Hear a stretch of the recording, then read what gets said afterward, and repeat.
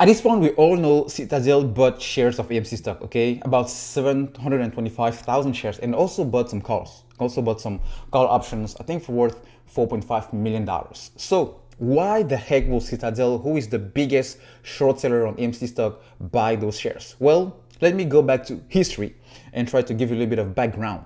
Initially, on the markets, you have two sides. Like many things in America, you have the bulls, represents the aggressive, people who bring the share price up and cheer the companies that are doing great on the marketplace. And then you have the bears. The bears, they're grungy, they're slow, and they will spook fear and try to bring the price down. And those two, we're kind of balancing each other because that's how you have a fair price. That's how you have, a fair game pretty much in the markets. Now, you have hedge funds, who some of those are initially short sellers, heavy short sellers. And the main goal of short sellers are to clean up the market, okay? They clean up the market from companies that are either fake or fraud. Let's say you have, a product, or you say something that is not true about who you are in reality, then a short will, spot that, and they will short you to hell because you don't belong to the marketplace, because you are doing less good than bad, okay? So that was the main goal of short sellers back then, and it did make sense that they exist to clean up the market from frauds.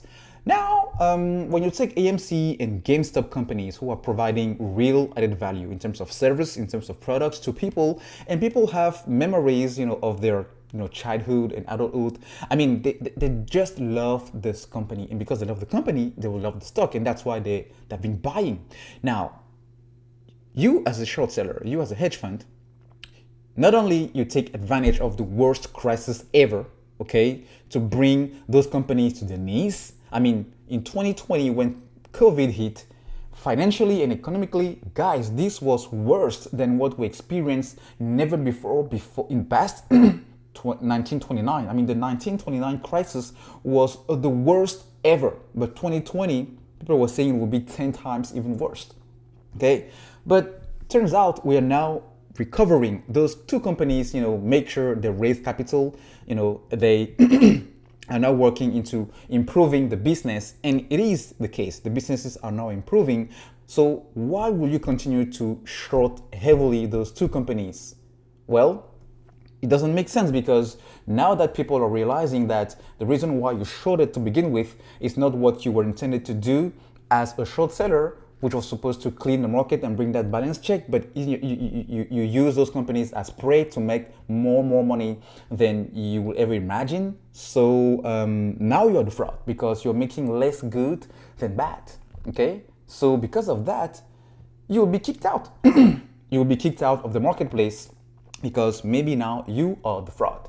So they realize that, and now they're saying, you know what, this thing is getting out of control, man. We need to do something. We need to do some damage control.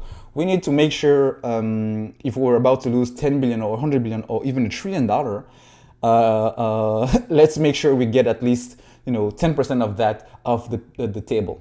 And that's what's happening, guys. So my honest opinion, this just confirms how close we are to this thing popping. I mean, this is my personal opinion. Feel free to think what you want to think, but we all know that we are going places. So you already know what to do, right?